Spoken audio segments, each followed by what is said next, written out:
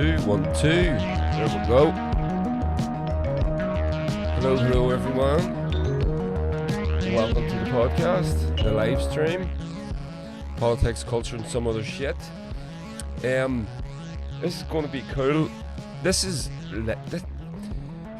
I should actually have a TV sitting in front of me because this story is live right now. Boris Johnson has just pissed off Sinn Féin a lot, so he should piss me off too, and should be pissing you off. I was listening to Ben Habib, the Brexiteer dude, and just talking in that awful English way, and I couldn't help. The xenophobe came out in me, rose up through me, unfortunately, and I just found myself hating on him, and I don't like doing that. But sure, nothing I can do.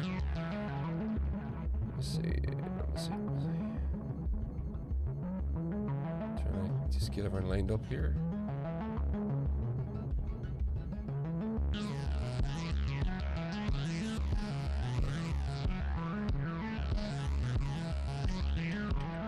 Yep, I'm live. I think I'm good. I'm good. I'm trying to get the chat working. I don't know what I get on the YouTube. I can't seem to.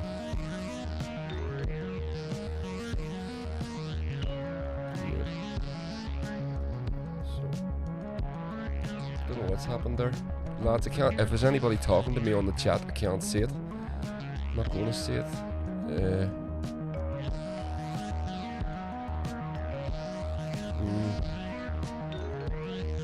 Don't know. Ah well. So sorry about that. I do like your input. Actually, it was kind of. See if I can just refresh. Just stay with me.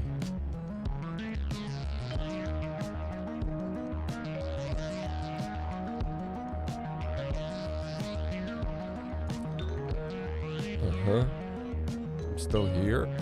There we go. It's all changed. Do you know what happened? I went on to something today and it wasn't working right or whatever, and I decided to I needed help technically, and I said go into your cache and clear it out, and I'll sort that out for you. And what it doesn't tell you, what it does is it clears out your cache, it logs you out of everything you're logged into, and it asks you to put in passwords and settings that you put in 3 fucking years ago and all that stuff. So that kind of has happened to me today. You know my luck with the technicals. So say hello on the chat here. Yeah, and I want to say thanks to everybody. There we go, Demo's on. Hey Demo 123, I see you, brother. Thanks to everybody that's joined me on the Patreon. I'm going to we've got a few more patrons this week, which is brilliant. Really, I really appreciate that. It's going well for me over there. It's doing well, and it helps. So just on that, I'm going to start with a little trailer for an upcoming. If you're on Patreon, it's there now. So if any of you guys are patrons of mine, head over there anytime you want, and you can listen to this episode. This is called an early access. This is what you sort of one of the benefits that you pay for. The rest of the world will be, I think it's going live on Wednesday or Thursday. You'll get it into your podcast app. But check this out. It runs as far as Whitehall, as far as we're concerned. I'll start from the beginning. So what's the easiest? Please, way? My parents were Charlie and Tess Fox, and they were shot by the Loyalists in September 1992. Prior to that, my brother-in-law Kevin McKierney was shot in January 1992. So my sister lost her husband and her parents within 9 months of each other. I come from a road called Listamlet Road. 12 houses. There's been 6 people shot on it, all Catholics. The road's half a mile long. The Moy would be in part of what's called the Mortar Triangle.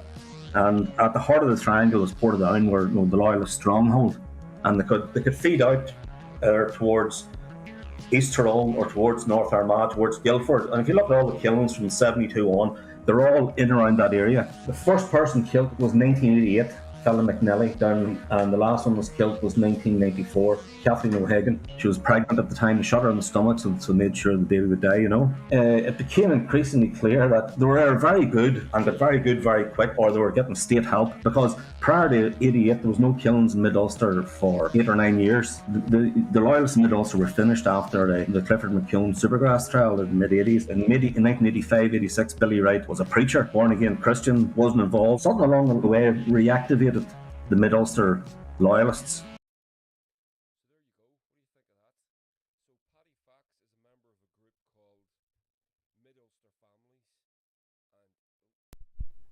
So there you go. What do you think of that?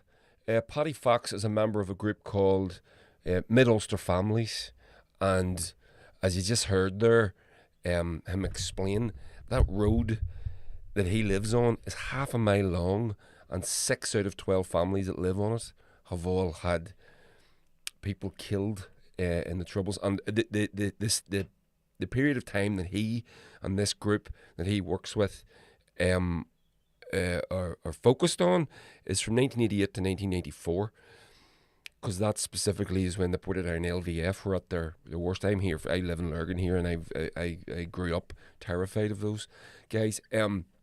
So if you want to check that out with Paddy, you can go over and do it on my Patreon. It's only £3 a month, as you know. And if you don't want to do it, that's fine too. You'll get access to it on Wednesday or Thursday this week. It's all good, but it's a fantastic chat. Paddy really knows his stuff, and I really enjoyed talking to him, although it was such a gruesome subject. And the reason that I wanted to talk about the collusion thing is because I, like you, have noticed how much collusion evidence is coming forward. It's all coming through the courts now, and Paddy explains all that. He explains why all that is happening right now, and he will really get into it. It's brilliant, so you should check that out. So yeah, so so there we go. What else? Updates. Last night played a gig up in Foreside Shopping Centre. It was fucking brilliant.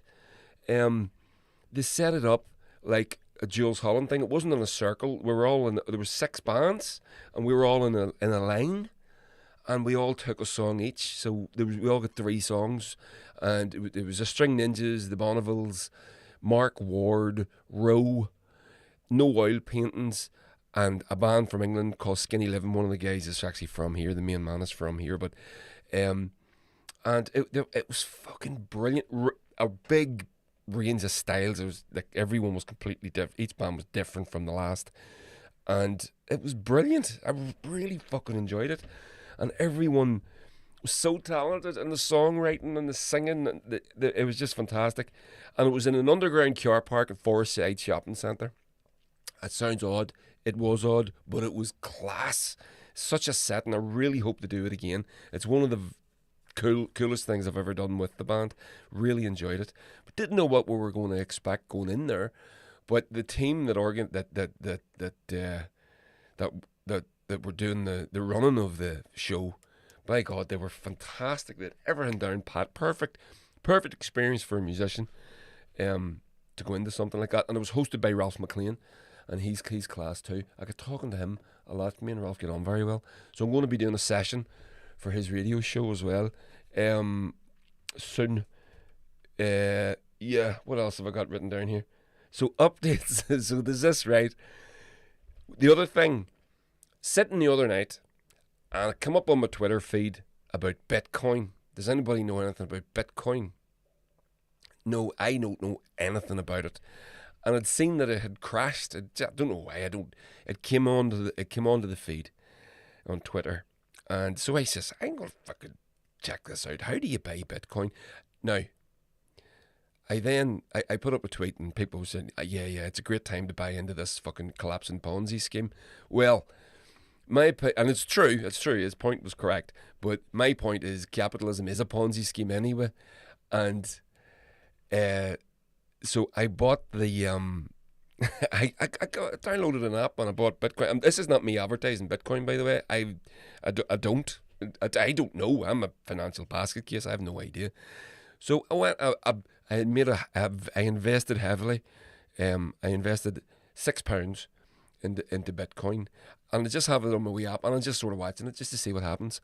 And my wife Jeannie, she did the same. She got a tenner's worth or something, and she got into sort of buying and selling, trading stocks. Fuck, like, right? I mean, and don't get me wrong, that's as far as we're going to go with it. It's going no further than that. I just wanted to see what it was all about, and I can tell you, in my extremely limited experience, I still don't know. I have no clue. I don't know. And you get into these other things called NFTs, which are non-fungible tokens, and you read all this language, and you read all these, and they've got their own language, and you just can't make any fucking. I have no idea. You read it, and you just go, I have no fuck. I have no clue. I've done it. I've bought the thing. It's sitting there. I've got it on my phone right now. I have a wee app called Coinbase, I think it's called. Yeah, you can just get it in the Play Store. You've got to verify your who you are and all that, because it goes through the what is the American, I don't know, the fiduciary, whoever looks after the financial stuff over there. So I've got it on my wee app here, and I bought three. I got Bitcoin, and I got a thing called Cardano. So, well, I'll just read it out to you. So, and another one called Civic, and I only got those. I got Bitcoin because it's the only one I've ever heard of, and the others I don't know what they are. I just literally tapped them randomly, and Bitcoin has gone up and down and down and up and up and down, and today it's gone down 1.2%. Cardano has gone down 0.8%, and Civic has gone down 0.51%. I've lost 60p. I'm absolutely fuming. I'm going to have to leverage my property portfolio to cover these losses. So I did that. That was a bit of crack. I just wanted to see what all the fuss was about. Yeah, so that's it. Oh, and what else did I do? I did a rehearsal with another wee band I'm putting together, just for a wee project to do with a Sarah O'Neill song that we're going to do. Now she's ramped it up. She's going to do this whole video thing. So my cousin Laura's playing fiddle on it, and Jeannie's cousin Joseph is playing piano on it, and I think I'm trying to get my girls in to do sing and bass and all that sort of stuff. And we're going to go up to Michael Murmika's studio someday in the next couple of weeks, and we're going to record it, and it's an absolutely beautiful little song. Yeah, right, so let's get on with this. Demo is on the YouTube here. What are the acoustics like in an underground car park? It is a very, very good question, Demo, because it would have been an obvious concern of everyone's. And I was pretty sure that it was going to be undoable. I thought it was going to be it sounded like a fucking nightmare. They did it, man. They managed it. I do not know how.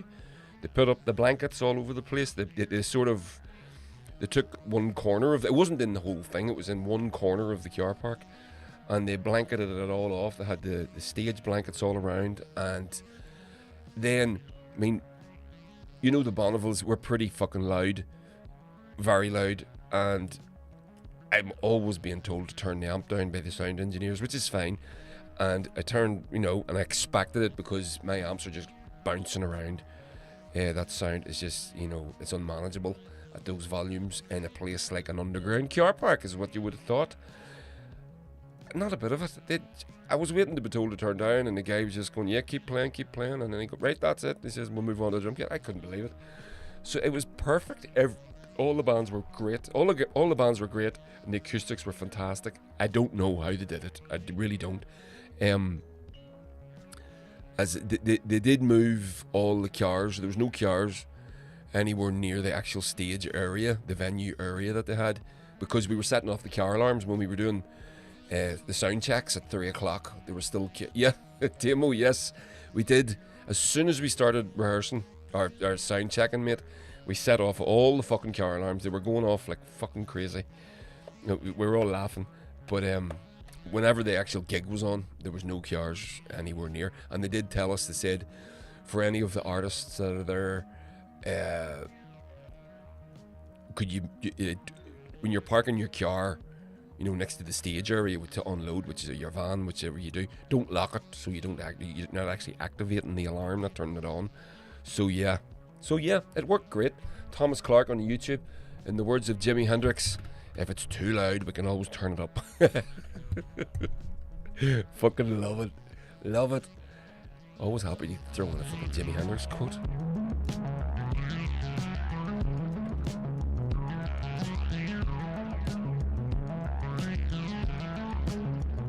So, let's do this.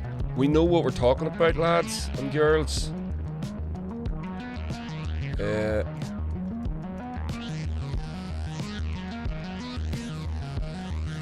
So, it's fucking depressing sometimes, really, when you think of it, isn't it? So Boris Johnson is currently in Hillsborough, and he is pissing people off. Now, I was getting my bits and pieces together for tonight's live stream, and as I had an article from the BBC from this morning. It's out of date already. Well, it was always going to be, wasn't it? So, and then I have an article at another article. So, I'm going to start with an opinion piece by Chris Donnelly. I'm assuming that went into the Irish News.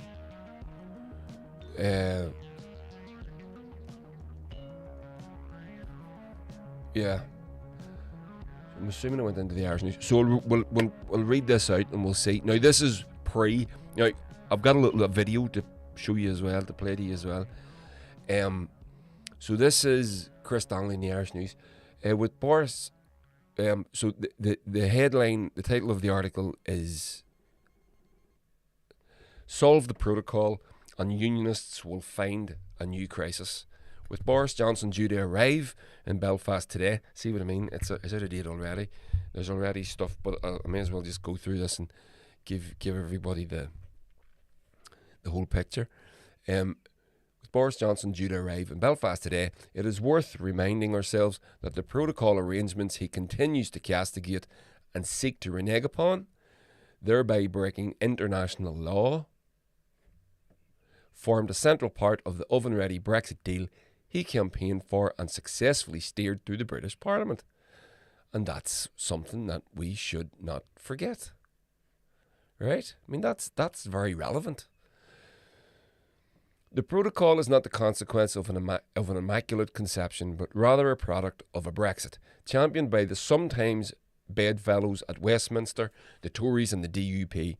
Consider the front bench of the Tory party at Westminster, which is led by a Prime Minister for whom shame is destined to remain forever a distant and alien concept. Cabinet Office Minister Michael Ellis last week claimed that his motivation for wanting to break international law by reneging upon the protocol aspect of the infamously baked deal would be to protect peace and political stability. As if a loyalist hoax bomb at Holy Cross Church and a series of poorly attended Orange Hall and Loyalist Street protests somehow constituted a threat to either.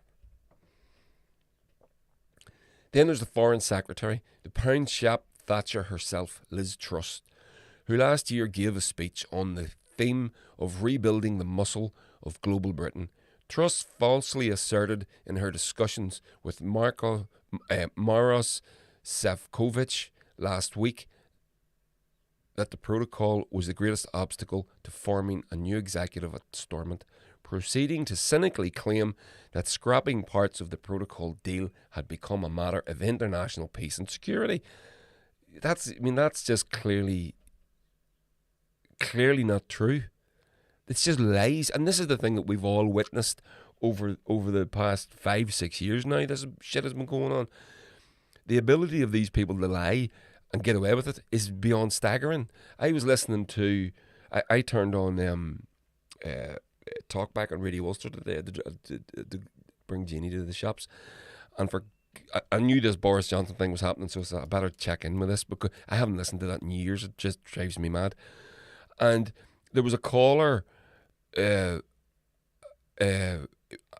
anti-protocol caller, and he was just lying. He was just lying. And I'm screaming at the fucking radio going, William Crawley, you've had 5 years to get, you should have these numbers at hand. I've got them. I know what the numbers are. Why are you not able to call him out on the spot and go, no, that's not true. This is the truth.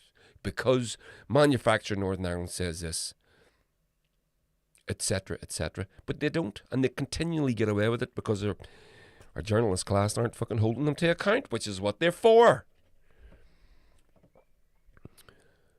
As the British government spoils for a fight with the EU, London may be about to discover what happens when you tussle with a more powerful opponent. To hell or Rwanda may work with the wretched of this earth, but as a strategy, it isn't going to cut it with the European Union, whose economy dwarfs the UK. The EU need to demonstrate to Boris Johnson's government that acting unilaterally and recklessly over the protocol is an act not without consequences. Sanctions of some description may be required. Now that's trade war talk, right? And we all know what happened. The whole Star Wars prequels, it was all about a trade war, and they were shit. So we don't want to go through that again. The Biden administration and houses of Congress in the United States also have a role to play in tempering the aggressive antics of Boris Johnson, and the arrival of key congressional figures to these parts may have a key role in diffusing tensions and forcing the Tories to tread more carefully. Regardless of the cheerleading noises from unionists and the ardent Brexiteers, the chairperson of the Powerful Ways and Means Committee, Richard Neal, will lead the US delegation, providing another reminder of the limitations of Britain's muscle on the global scale in today's world. Now, as far as I know, Richard Neal is actually in London. They've gone to London. So I would love to. I hope that we find this information out. What was said, because if he was in London before Boris Johnson came to Northern Ireland, does anybody know that? They're bound to have had a meeting, and then Boris Johnson comes to the north and has his meeting with Sinn Féin, which is literally just over. I have the video. I'm going to play that to you in a second. I'll play it in a second. The very strange times in Northern Ireland. Sinn Féin trying to make Northern Ireland work. The DUP trying to prevent it from working. So wrote Bobby McDonough on Twitter last week, as Jeffrey Donaldson's party played out their moves to frustrate the return of a government led by a Sinn Féin First Minister. McDonough is a former Irish ambassador to both the EU and the UK, so he has considerable experience in diplomatic affairs. The truth is that Sinn Féin and Northern nationalism more generally have been committed to attempting to make the North work for a quarter of a century, since the signing of the Good Friday Agreement. Ironically, throughout that period, it has been political unionism which has acted repeatedly to attempt to thwart the evolution of a stable society at peace with itself. That's wow. That is mad. Ironically, throughout that period, it has been political unionism which has acted repeatedly to attempt to thwart the evolution of a stable society at peace with itself. That's an accusation, is what that is. And it's not an untrue one, I don't think. Onwards. Since the ceasefires of the early 1990s, it was unionism that brought us Drumcree and the 4.5 years of the executive suspension in the early 2000s. The post-St Andrews era period was marked by one-time firebrand unionist leader Ian Paisley being ousted from his position due to the perception he had become insufficiently hostile to his Republican governing partners. More recently, the Brexit era has witnessed unionist arrogance, governance of an RHI scandal, and the hostility to the Irish language precipitate a protracted political crisis. All before the protocol was ever concocted and put on the table as the pragmatic best of both worlds gift to this small region. Unionism has repeatedly walked away from talks, processes and deals reached, frustrating the development of a rights-based society and perpetuating the widely held sense that Northern Ireland remains a failed statelet. Solve the protocol and a new crisis issue will soon emerge. Political unionism simply does not want the Northern Ireland of 2022 to work. It strives instead to recreate the very loyal British Ulster of a distant past. And the reckless and ultimately vain nature of that pursuit perpetuates the cycle of anger, disillusionment and fury amongst its own ranks. Michelle O'Neill appropriately signalled her commitment to reach out to all communities as First Minister by becoming the first leading Sinn Féin figure to use the term Northern Ireland in her inaugural speech as the First Minister of the Assembly. Don't expect unionist leaders to reciprocate. They're travelling in a different direction. So I can't. That's and that isn't that the problem that we're all continually trying to get our heads around.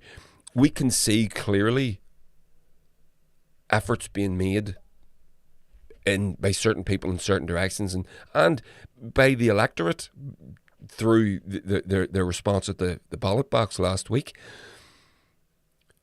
But nothing is being sent back from the other direction at all in any way. And this is the thing for me.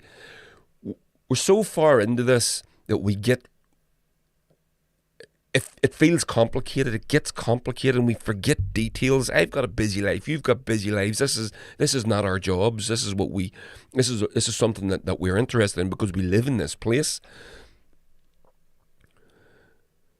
So we forget details. And the simple thing, the thing that I tend to do to help me balance all this is to not forget the basics, the simple, your starting points, your A's, your B's and your C's, your fundamentals. And for me, this is the big one. The DUP and the Loyalist Communities Council, such as they're called, a euphemism for a bunch of fucking North Belfast drug dealers, they want to return the British Army to this island. They want it to go back to what it was. Whenever we oppose, when we stand in opposition, we must remember that that's what they want. They can say what they like, but we know what they want. They want that back again. And I'm assuming you don't. I fucking don't. And we must never forget that that's what they want. When they're talking to us, speak with forked tongue. They want the army back on the streets. They want a hard, militarised border. As again, Sarah O'Neill, she put up a tweet today. I haven't got it at hand, but it's basically something along the lines of, the weird thing is, if the DUP, and she's not the first person to say it, I've said it myself and many others have said it, the DUP claim that they want the union, that the union is precious and the union is first. If they made the Northern Ireland, in quotes, work under the Northern Ireland Protocol with the best of both worlds advantages for everybody in this country, that would secure the North within the UK. And the weird thing is, people like me and you and others who want to see United Ireland but are trying to talk the DUP off the fucking ledge. When in fact, everything the DUP has done has made United Ireland more likely. This is the complete head fuck of this whole situation, isn't it? It's. I'll go on to YouTube here. Damo says, speaking of Thatcher, saw a tweet today that the statue of Thatcher had been pelted with rotten eggs. Someone asked, had the criminal been caught? Some smartass replied, no, she'd been dead for years. I'd seen that the statue had gone up and someone had egged it. I hope it ends up getting vandalised so badly that they have to take it down. What a cow. That's fucking hilarious. Has a criminal been caught? She's been dead for years. Reverend Duffer on YouTube. Unionist leaders never reciprocate, man. Never have that I can ever remember. Well, this is it. And as Chris Donnelly pointed out in the article, I mean, the reason that Paisley was ousted was because of the perceived softness towards his Republican governing partners. So, you know, they're not interested in peace. Again, Rev, every single move towards equality for the minority has been forced on them by Westminster, absolutely. Be that voting rights, fair employment, etc., soon to be followed by women's health matters and language rights. Exactly. And I think these are going to be addressed tomorrow. And now, this is the other thing.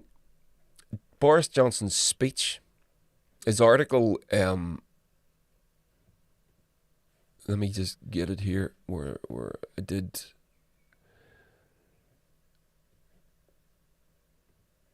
Let me just find.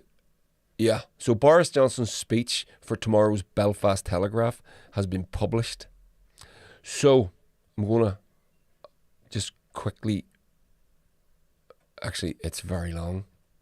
I'm not going to read that. It's too long. I'm not going to read it out to you guys. I will read it myself, of course.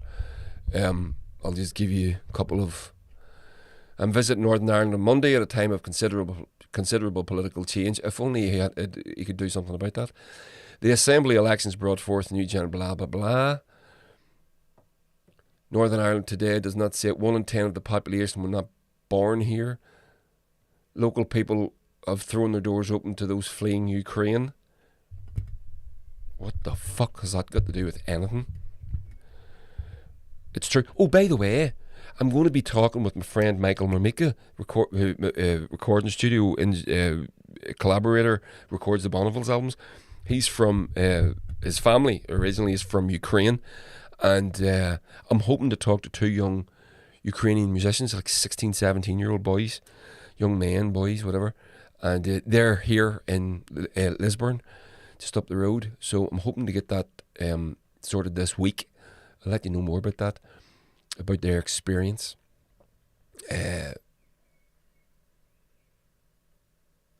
Northern Ireland today is a place that has rediscovered the manufacturing verve that once made it the biggest shipyard in the world. Harlan Wolff is cutting steel again.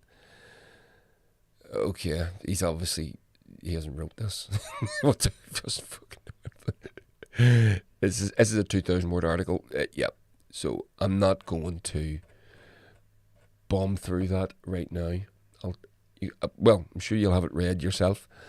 So what I will do is I will play you the video of Michelle O'Neill, Conor Murphy, and Mary Lou McDonald coming out of their meeting from this meeting with Boris Johnson, and they're not happy. So check it out. So let's take you live to Hillsborough in County Down. The President and Vice President of Sinn Féin, Mary Lou McDonald, who's speaking now, alongside Michelle O'Neill. They have just finished their meeting with Prime Minister Boris Johnson. We have no clarity, bar this absolute clarity, and that is that the time for the executive is now. The time to appoint a First and Deputy First Minister is now. To appoint a Speaker to the Assembly is now. People have had their election. It's been a long election campaign, goodness knows. And now is the time for people to get back to work. And here's the real kicker, right?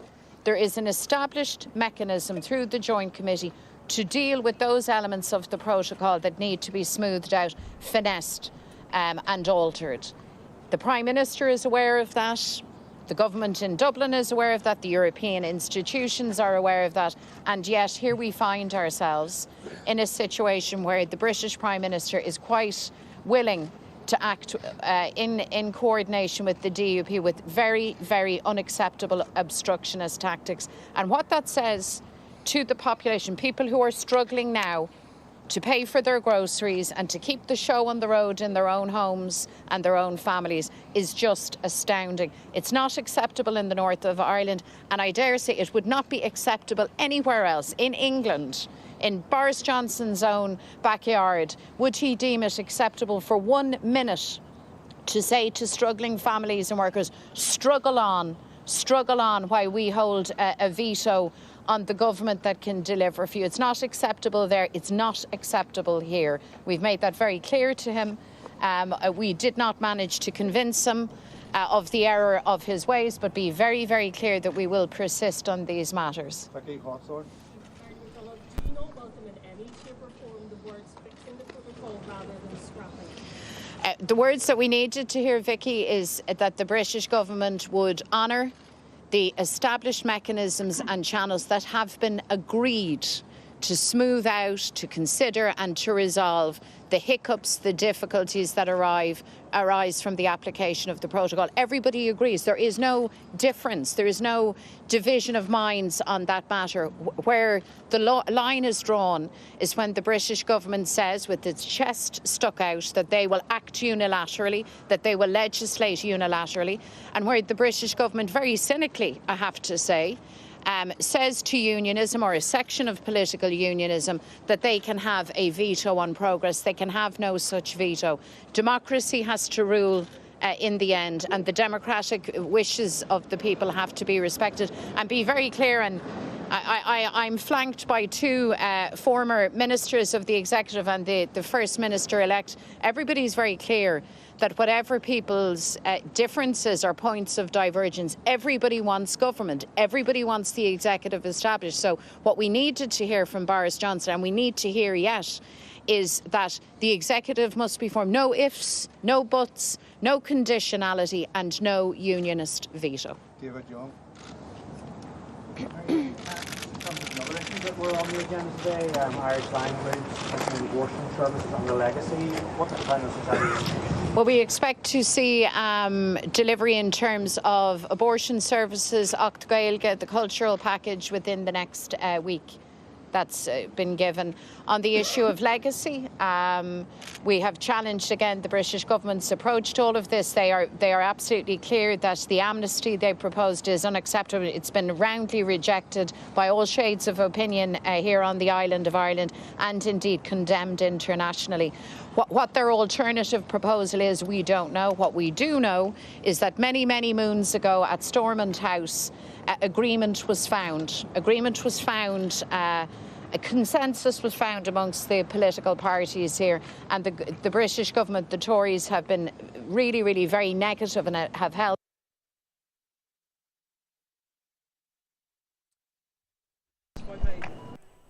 Well, we seem to have lost the line there to Hillsborough. You were listening to Sinn Féin President Mary Lou McDonald speaking there. Let's rejoin her, actually. Here she is. School can get up and running again after that meeting with Boris Johnson. And secondly, are you committed to power sharing even if the Prime Minister overrides the protocol? Will you still be committed to that? Well, firstly, we have not given up on power sharing or the executive, far from it. Power sharing is the only game in town. Working together is the only option. There is no plan B. We live here together. We have to work together. We have to make progress together, and we are up for that. We will work night and day to make that happen. The unfortunate thing is that the British government now is playing a game of brinkmanship with the European institutions, indulging a section of political unionism which believes that it can hold a veto and frustrate and hold society to ransom. That's what needs to change. Our commitment to power sharing, our commitment to working in partnership will never change. And Michelle O'Neill will say, I'm sure for herself, how anxious she is to take office and to lead for everybody. We campaigned on the basis of establishing functioning partnership institutions, electing a First Minister for all. When we said that, we meant that, and we believe that in the current circumstances, so many people, irrespective of how they voted, legitimately expect that they see functioning government now, and we're committed to that.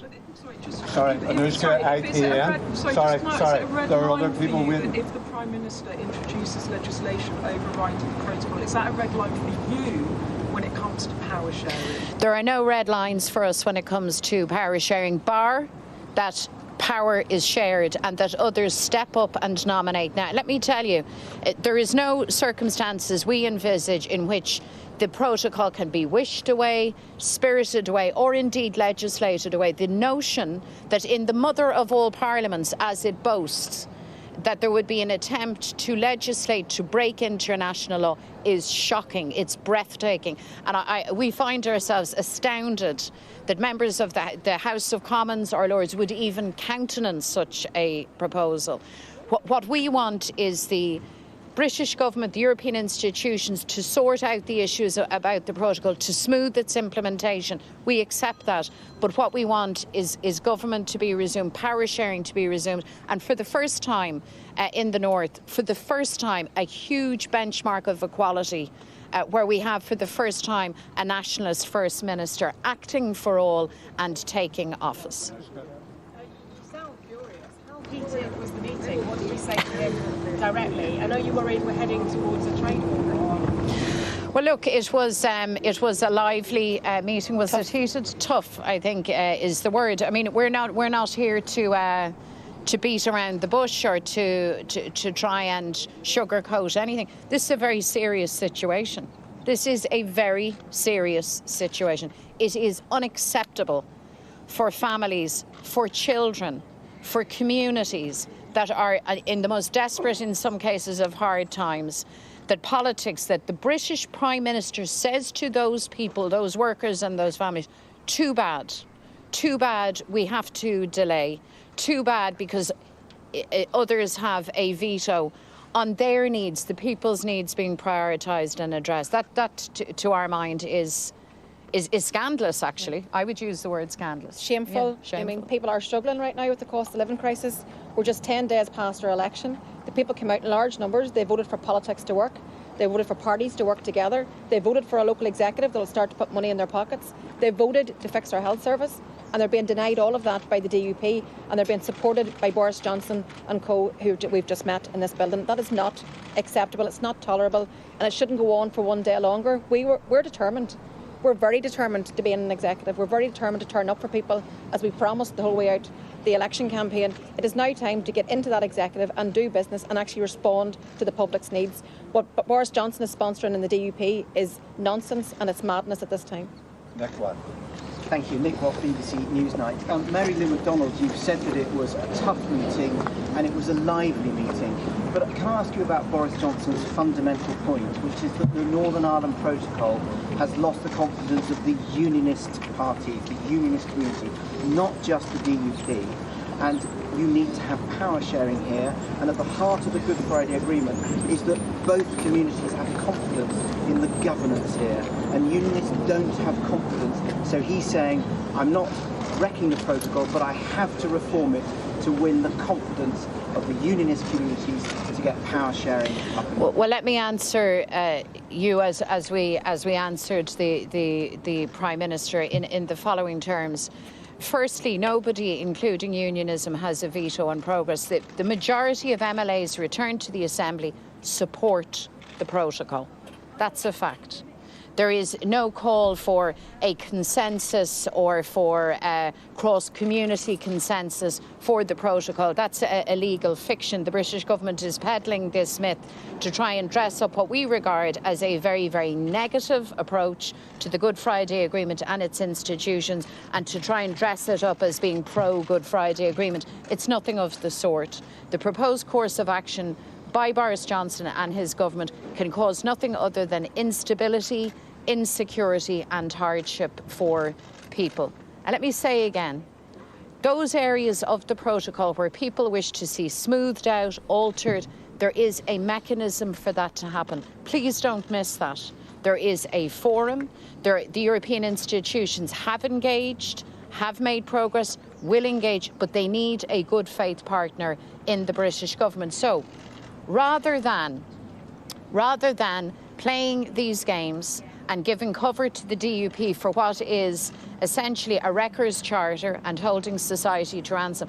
The British government could act constructively and could be clear and could say to one and all, the issues in the protocol will be resolved through the agreed mechanisms, and that Boris Johnson, as Prime Minister, will lead and drive that effort. And in the meantime, for the good of one and all, the executive needs to be formed. By the way, the Ulster Unionist Party's position is that they are willing to enter an executive. Just so as we're clear, it is one party, the DUP, that is holding all others to ransom at a time, as Michelle has said, when people are facing into a cost of living crisis that we haven't seen in 20 or 30 years. And by the way, it's not going to get any easier. It's going to get much more difficult, that cost of living crisis, into the autumn and facing into the winter.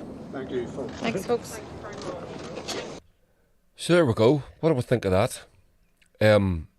Yeah, Damo says on the on the YouTube, Beth Rigby of Sky, telling Mary Lou you sound furious. Nah, Beth, that's just Mary Lou's voice.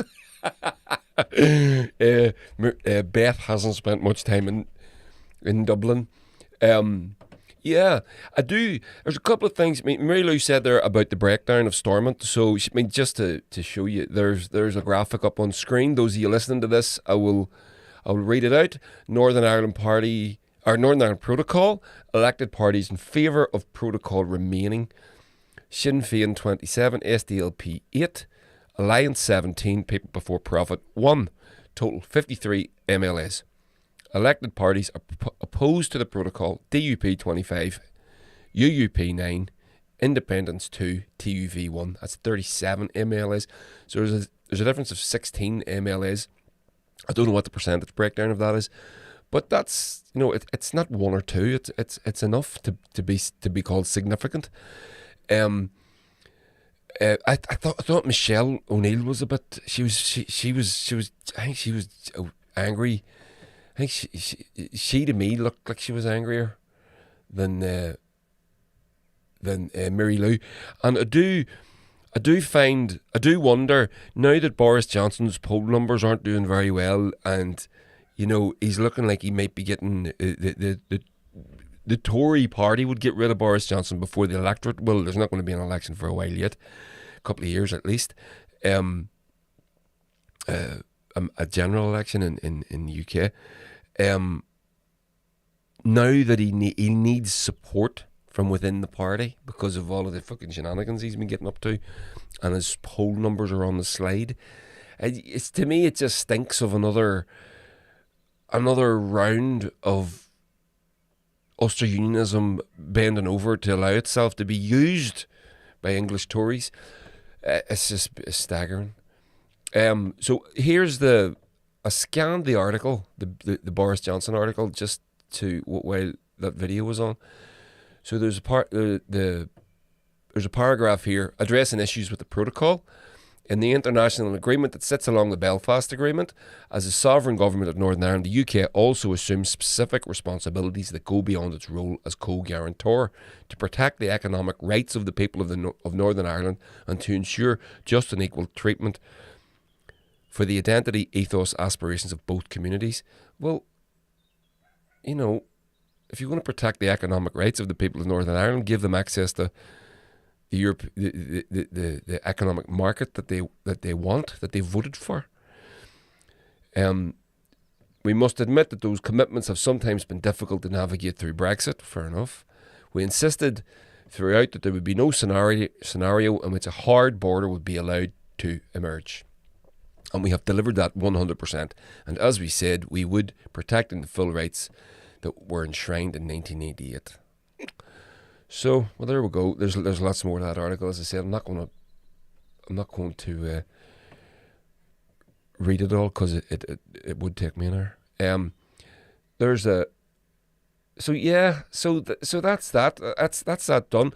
I wanted to talk more about a couple of other things that are happening in the world, but I'm not going to have the time tonight.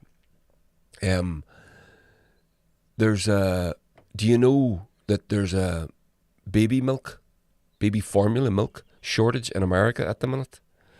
So that's going on. I have a couple of videos about that loaded in, but I'm not going to get the Oh, here, Sammy. Right, I've got one for Sammy. I've got a video of Sammy. I had to play it. Check this out. But Sammy, wasn't your... This is him on the news. But Sammy, wasn't you unhappy about it, and so is your party. That is absolutely clear, as is the government. But isn't it more about politics than it is about trade? Because if we look at last week's results in Northern Ireland, the majority of people there voted for parties that don't have a problem with the Northern Ireland Protocol. Well, I think that, first of all, you've got to remember that... Well, that's true, isn't it? No, it's not true. Well, which bit is it? Yes, it fucking is true, Sammy. Could someone please send Sammy that graphic? Northern Ireland Protocol, 57 MLAs in favour, 37 against. This is what I was talking about earlier on.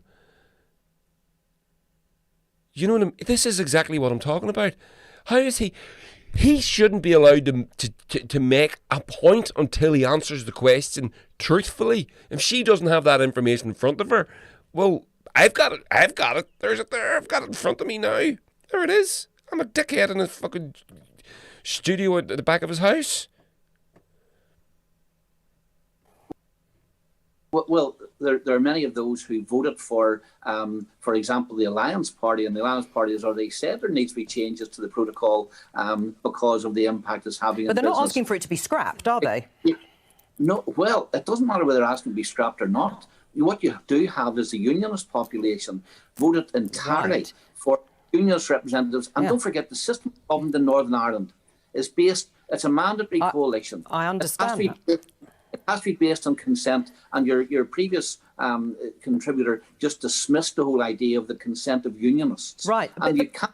But what I'm trying to get to the bottom of, Sammy, is it is about politics, isn't it? It's not about trade. You are citing the issue of trade, and actually there's evidence to suggest that Northern Ireland's economy has been benefiting over this period of time. The National Institute of Economic and Social Research says that Northern Irish economic output has slightly outperformed the UK average. This is partly an outcome of the Northern Irish Protocol and its special status in the Brexit arrangements, including better trade and investment conditions as part of the EU's single market and customs union. Do you accept that?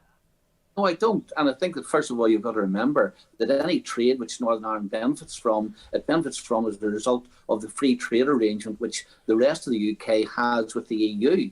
And, you know, it's not about the protocol. It's because That's not true.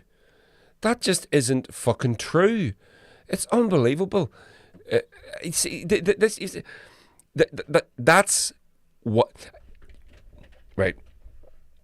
This is a small podcast. My audience it's a very niche thing. We're never going to be massive. So sometimes when you're getting your darker moments, you wonder why you do it. Sometimes you do have to go, I wonder why I do this. Is there a point to this? Then I remember all the platforms that people like Sammy Wilson have to tell these lies. And that's what sort of motivates me to carry on doing this. So, I mean, DMO, again, sent me this article. Well, it's not an article, it's a tweet. So it's from Manufacturing NA, which is celebrating manufacturing, representing the industry on energy, rates and labour issues, growing the economy in Northern Ireland. The Prime Minister is coming to Northern Ireland tomorrow. As you would rightly expect, the visit is tightly controlled. It is a chance to meet and see for himself what business is making of the protocol. Is he? ? As yet, it's not clear he's meeting NA traders. So, in a follow-up to that initial tweet, they said, there's a pattern here. So it is not surprising as Foreign Secretary, Liz Truss only met businesses on the 11th of January via Zoom for 15 minutes. Then a walk around a small retailer 2 weeks later, nothing else has changed. James Cleverly, the Northern Ireland Minister, hasn't engaged at all. Right? So, someone down in the comments said, just for comparison, how often has Mario Sefcovic or his office met with businesses? You won't believe the answer. Now, this is the European Union representative. About a half a dozen times, including in person. But the actual Northern Irish minister hasn't engaged at all. Liz Truss, quick photo op. Boris Johnson, he'll probably go to right bus. shake hands with those fucking fire-breathing lunatics up there, and that's the end of that. It's staggering. Demo says on the Twitter here again, Sammy's happy to bang on about the slim 52-48 Brexit vote, whilst conveniently ignoring that we strongly voted against Brexit here, and now denying the 53-37 pro-protocol vote. Darren Robertson on the YouTube, didn't think Sammy's face could get any more red. I know. Every time you see him, it's worse. Jim Allister. But it has. Sammy is the man who warned about food prices going up and shouted, "Go out to the chippy" in the Houses of Parliament. Fantastic. Fantastic point. Let's not forget that. Remember that. Do you remember that arrogant bastard when he did that? And now look at what's happening. Now look at what's happening. I went into Tesco's the other day. I love coffee. I don't mind paying for coffee. I had a particular brand of coffee that I enjoy a lot. It's a wee bit expensive. It's just gotten too expensive. I put it back on the shelf. I said, I'm not paying that. That's just me. That's a luxury item. There are people out there that are genuinely struggling. Every food bank in the country is over fucking subscribed, as we know. But there you go, Darren. Is that not the point, brother? He said this is the point.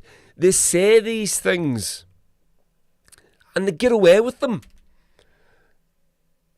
That man should be pelted with eggs in the street, because what he says, when he mocks the threat, the food security of the people of his own constituency, and he's mocking that in the comfort of the House of Parliament, whereas I read out a few weeks ago, he's paying pennies for luxury food items.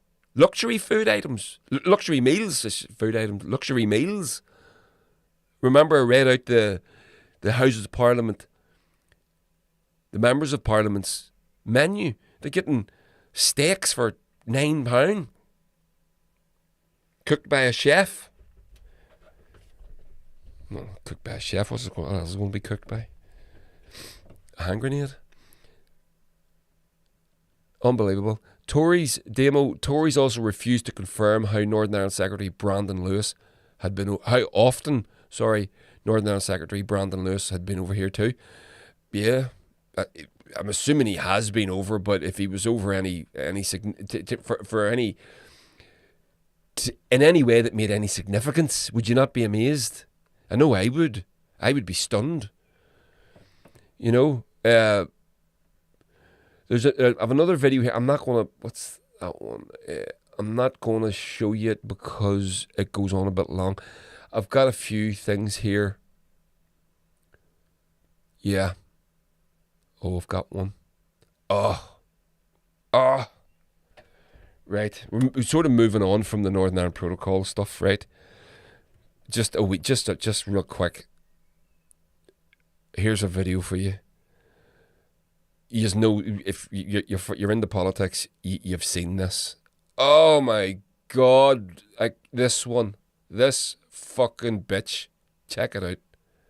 So I think what we need to focus on now is, over the long term, we have got these short-term pressures on us that we're all aware of and that your families in Wigan are seeing. But over the long term, we need to have a plan to grow the economy and make sure that people are able to protect themselves better, whether that is by taking on more hours or moving to a better pay. We know who this is, right? We know who this is. This is that Tory politician who this video went viral. We'll talk about it in a bit more. Now, what's he just say? We need a long-term plan. The Tories have been in power for 12 years. 12 fucking years. How much longer do you need? If that's not long enough, move aside. Job. And these are long-term actions, but that's what we're focused on as a government. You say taking on more hours. I mean, some people that I've been chatting to, Minister, over the last... I've moved outside, actually, because obviously they need to get ready and get the kids ready for school. You know, some people are working 3 jobs. They're working every hour that God sends them. So, and they're still going to food banks to get food because they can't afford to feed their kids. You know, so it's not as straightforward as that, is it? No, and of course it's not, and I'm not suggesting that for one moment, but we have often heard in the past when people are facing problems with their budgets that one of the obstacles, and it may not be for everybody, one of the obstacles is about being able to take on more hours or even move to a better paid job. And of course, it's an individual situation. You heard that? You heard that, right? You heard what she just said there. One of the problem, a potential solution to not having enough money to feed your family, because that's what the Mrs. Burley, can't remember, Sky News Burley, that was the question, that was the point she was making. People are going to food banks. There's 4 food banks in my town. There's never been a food bank in my town in my life. During the Troubles, there was never a food bank. When we had nothing, there was never a food bank. And this fucker's answer, her potential solution to not having enough money to feed your kids, is to get a better paid job. Oh my God, if only I hadn't have thought of that. What a fantastic idea. You fucking evil, empathy-free bitch. Depending on that particular family's situation. But that's why the job centres exist. That's why the work coaches exist. That's why we put the support into those job centres to work with individuals on their own individual situation. So it may be right for some people, they may be able to access additional hours, but of course it's not going to work for people who are already working in 3 jobs. And that's why we need to have the other measures in place, such as the all the help that we're putting into the schools, the help with the local authorities, help and support that I've already mentioned. And these are where we're going to target the help where it's most needed. That is that is the definition of car crash. She'll not pay any price for that. By the way, she's the Minister for Safeguarding. Rachel McLean is her name. Minister for Safeguarding. And that's her response to a reasonable question. Cost of living crisis. We all know, I don't need to explain it, we all know what it is. We're all living it. Most of us are making choices every day. Thankfully, mine aren't too severe. I don't get to buy my fancy coffee. Not much of a sacrifice. There are people out there that are literally choosing between heat and food. Thank God we're coming into a summer where this central heating isn't going to be required just as much. It will make a difference. Over on the YouTube, Damo said that was some menu with prices from back in the 70s. Yes, it was. Literally the 70s. It was like looking at exactly as Damo says, it was literally like looking at a menu from the 70s. And it looked fucking delicious too. Sonny Whitehead, a new contributor. Welcome, brother. Bottom line, politicians don't tell the truth. Ever. Yep. Rachel McLean, Damo says again. Rachel McLean. Oh yeah. Rachel McLean claimed just over £213,000 in expenses last year. Higher than the average £203,000 claimed by MPs. And last year that was particularly bad because constituency offices were closed for most of it, if not all of it, right? Yes. So there wasn't the same staffing costs to be covered and whatever, things like that. So yeah, and Paisley was the same. He was way up there. Paisley, Ian Og. But yeah, so there we go. Wow, that is. What do you think? What do you think of this one here? Unbelievable. Again, she'll get away with it. It's not a problem. Nothing's going to happen to her. The news cycle will move on. We get used to push the news cycle on. For example, when up on screen here now is our ever entertaining Liz Truss. and a screenshot of her phone call with Speaker of the House Nancy Pelosi over in the US, who is a fucking cow as well. But remember last week when Liz Truss was telling anyone that would listen that this week the British government is going to, as Michelle O'Neill and Mary Lou McDonald say, break international law in order to appease a hardline, right-wing, religious, sectarian, bigoted group of fucking flag-eating fundamentalist lunatics in the north of Ireland. I mean, it's just insane. So here she is. This is me talking with my equal, the Foreign Secretary Liz Truss, who is, as I've demonstrated in previous podcasts, is a fucking idiot. Talking with Nancy Pelosi. I would imagine that Nancy Pelosi, I can only imagine, he said, "Don't you dare break that." The Northern Ireland Protocol, the Good Friday Agreement, of which, and the reason, if anybody is interested, the reason that the US has a word to say about the subject is because they are co-signatories to the Good Friday Agreement, along with the European Union, Great Britain, Republic of Ireland, the US, etc., etc. So yeah, wow, just beyond belief. Yeah. It's just back over onto the YouTube here. Thomas Clark says, the Independent Utilities Regulator for Northern Ireland was previously the head honcho of Firmus Gas. Where does the independent part seem true? Wow, isn't that true? Yeah. And but isn't that the case though? You know, you get the gamekeepers becoming the poachers all the time when they come from the public sector and they get these high paid jobs. It's ever the case. It should be illegal. We know it should be illegal, but it's a part of their ideology and they're not going to change it. Demo, in fairness, the Tories did have higher Christmas party expenses that year. Yeah, it's true. It's fucking true. Very good. Very, very good. Right. I'm going to wrap her up. So, I touched on it briefly earlier. I want to talk about the reason I want to talk about it is because it is connected. It's all connected to the cost of living crisis and the general a part of the mechanics and the engineering of capitalism.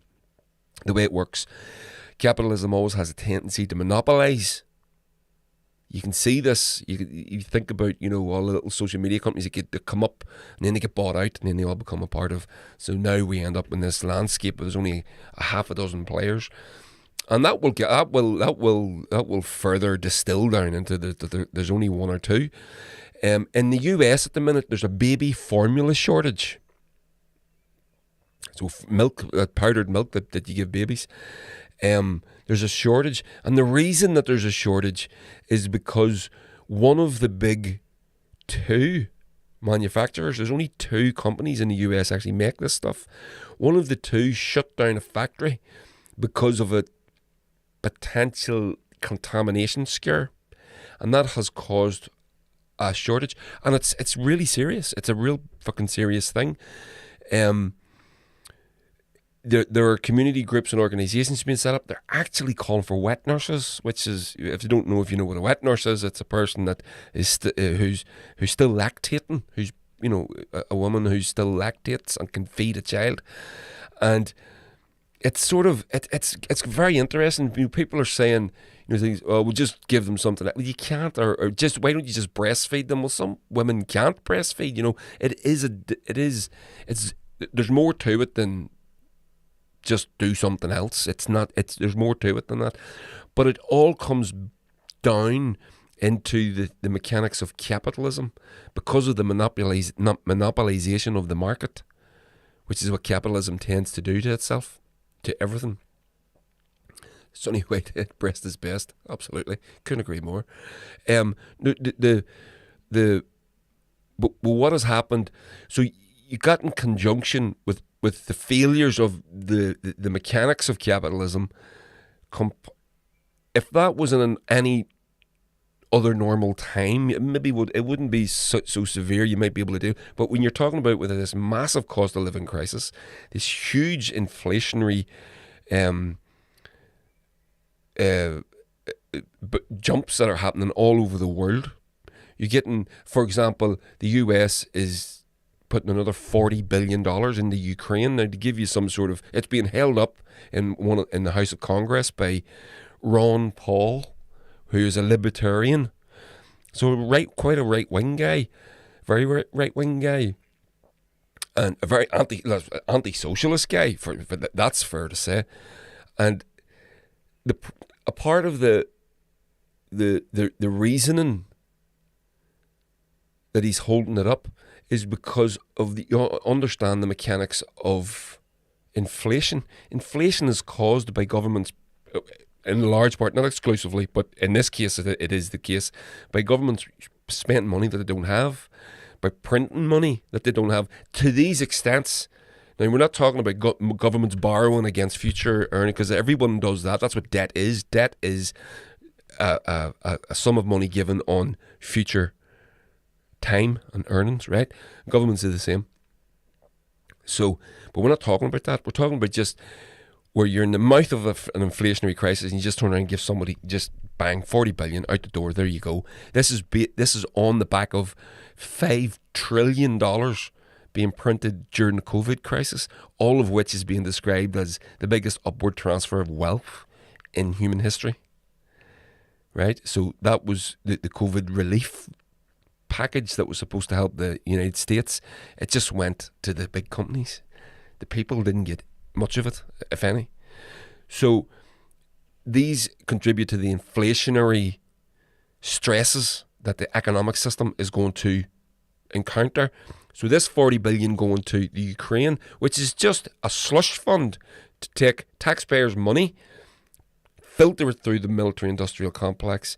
The good people of the Ukraine are going to pay with their life's blood in order for these corporations to make fortunes of money.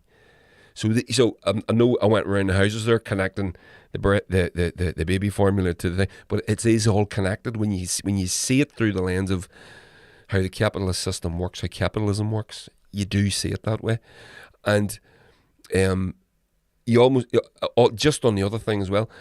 If this 40 billion goes through, the United States will have given. Will have put $55 billion into Ukraine in 10 weeks.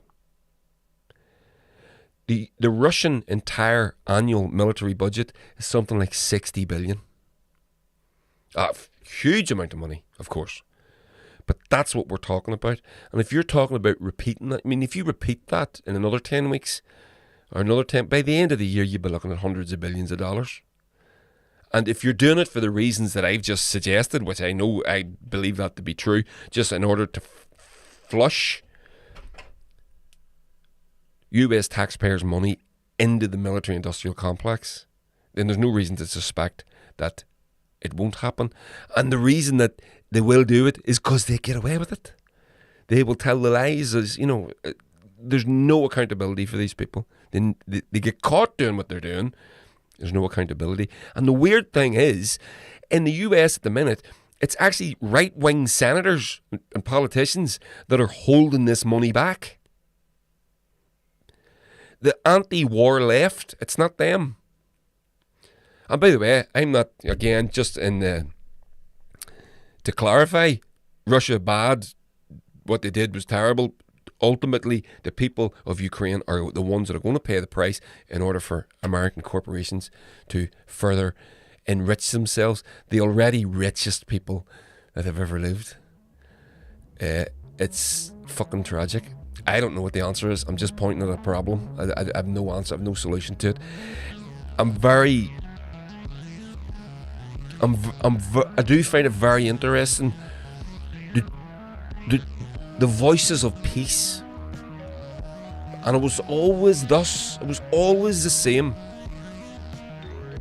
The voices of peace are the ones that are being pilloried in polite society. They're the ones that are being crucified in the newspapers and on the news. and you think of it through the course of your life,